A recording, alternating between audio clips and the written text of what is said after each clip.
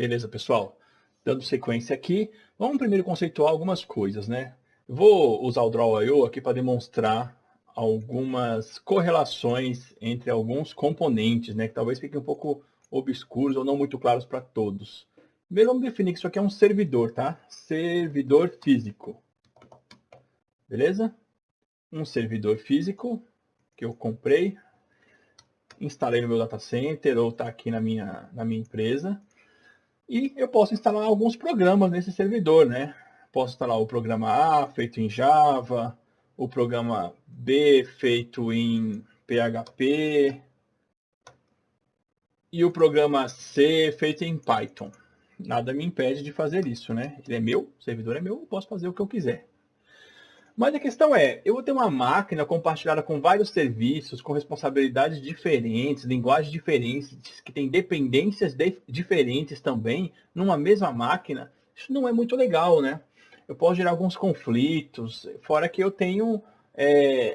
um programa vai ter a capacidade de consumir recursos que estão sendo esperados por um outro programa, então vira uma terra sem lei fazer uso de um servidor desse jeito. O que eu posso fazer nessa linha? Ao invés de instalar esses programas aqui diretamente no meu servidor, eu posso, através de um software de virtualização, por exemplo, o VirtualBox ou VMware, criar máquinas virtuais, virtual machines, né? Vou clicar aqui uma VM1, VM2 e VM3. Opa, deixa eu só copiar aqui. VM2 e VM3 e só ajustando aqui rapidinho. VM2. VM3, beleza? Então, aí eu posso fazer o quê? Em cima dessa máquina virtual eu vou instalar o meu sistema operacional, né? Aqui eu vou instalar, por exemplo, o Windows, nessa aqui. Nessa aqui eu vou instalar o Windows também. E nessa aqui eu vou instalar Linux, porque eu quis fazer desse jeito. O meu software funciona melhor com o Linux, consome menos recursos, fica mais otimizado. Por alguma razão qualquer, eu decidi que cada VM vai ter o seu próprio sistema operacional. Ah, ponto importante, né? Essa máquina física também tem um sistema operacional próprio dela, né? Vamos supor que essa máquina física aqui está rodando o Unix. Show? Então, só dar uma colorida aqui para diferenciar as coisas. Sistema operacional e sistema operacional. Beleza? E aqui vem os nossos programas, tá? Vou pôr em verde esses caras aqui. Opa. Para frente. Para trás. Para trás. Para trás. Beleza? Então, agora eu estou com o meu hardware melhor gerenciado, né? Porque eu criei máquinas virtuais que elas delimitam ali o quanto de recurso, quais funcionalidades, quais permissionamentos essa aplicação vai ter em cima dentro dessa máquina virtual. Ela só enxerga essa máquina virtual, ok? E eu estou usando aqui um software de virtualização. Inclusive, deixa eu colocar aqui mais uma camada em cima, né?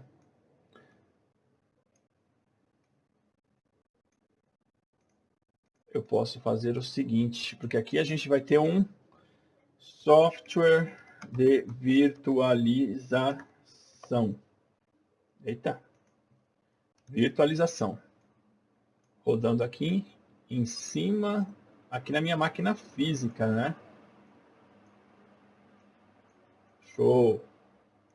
Então eu tenho meu Unix, meu software de virtualização e aqui as minhas máquinas virtuais, que tem recursos totalmente isolados, né? Já ficou bem melhor do que colocar todos esses programas numa máquina física, né? E é difícil você ter, um desperdício de recursos comprar máquinas físicas por aplicação, a não ser que tenha um requisito muito específico. Normalmente você consegue compartilhar, né? Você não vai criar uma máquina física dedicada para uma solução específica, a não ser que de fato se mostre necessário. Difícil, Normalmente a aplicação vai precisar escalar quando precisar de mais usuários, quando tiver mais usuários, quando tiver mais processos.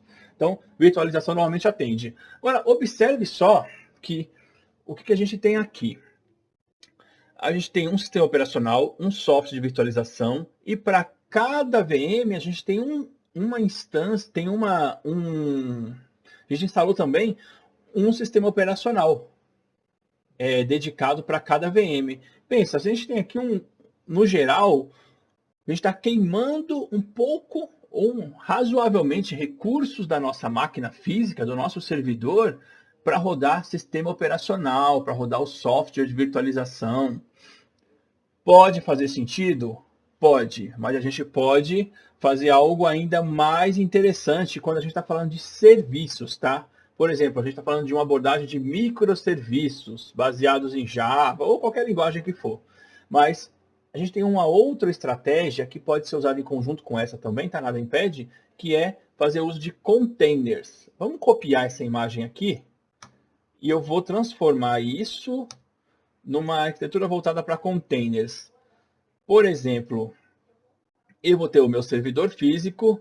Em cima do meu servidor físico, eu posso ter uma máquina.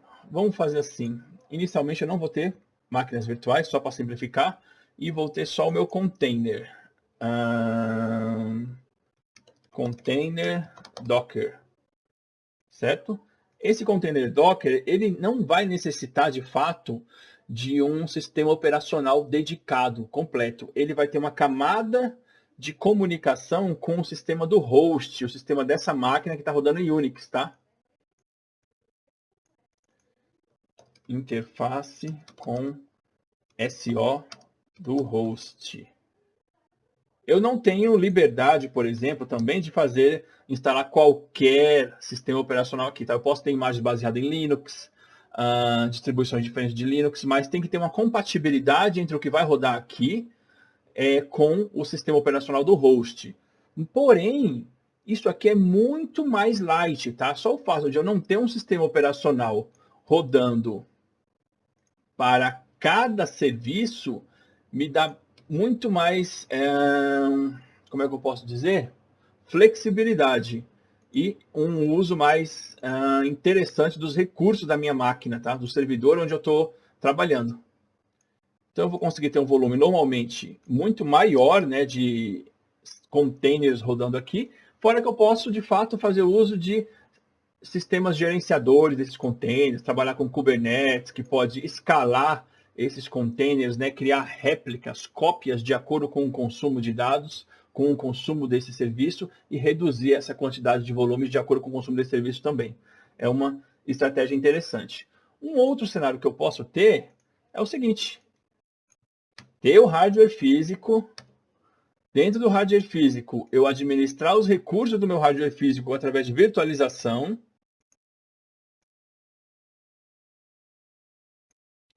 E dentro do meu recurso de virtual e dentro da minha máquina virtual, eu ter os meus containers. É uma possibilidade também.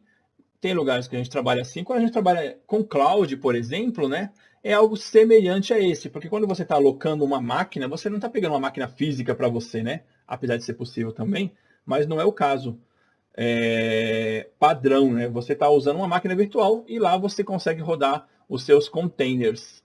Tá? Na verdade, ficaria assim, VM, e aqui eu tenho o meu container rodando aqui. Show? Só para contextualizar cenários de uso de máquinas físicas, né? Que a gente tem a nossa máquina Unix, a gente pode virtualizar isso com um software de virtualização e criar máquinas virtuais dentro da minha máquina física. Mas quando a gente fala, isso é interessante, sobre um aspecto de infraestrutura, mas sobre um aspecto de software, a gente pode estar desperdiçando muito recurso, né? Porque normalmente esses serviços eles não vão precisar de tantos recursos assim do sistema operacional. E se eu não preciso de muita coisa do sistema operacional, e eu estou fazendo uso dele, estou jogando recurso fora, estou jogando capacidade de processamento fora. Então, nesse caso, o software de virtualização voltado para containers é uma proposta mais interessante quando eu estou falando de serviços e algumas outras finalidades de processamento, tá? Não se restringe à linguagem, tá? Cada um desses serviços poderia ter uma linguagem diferente também. Opa, aqui vamos pôr Python, aqui vamos pôr o .NET, e aqui, quem era o outro cara que a gente estava?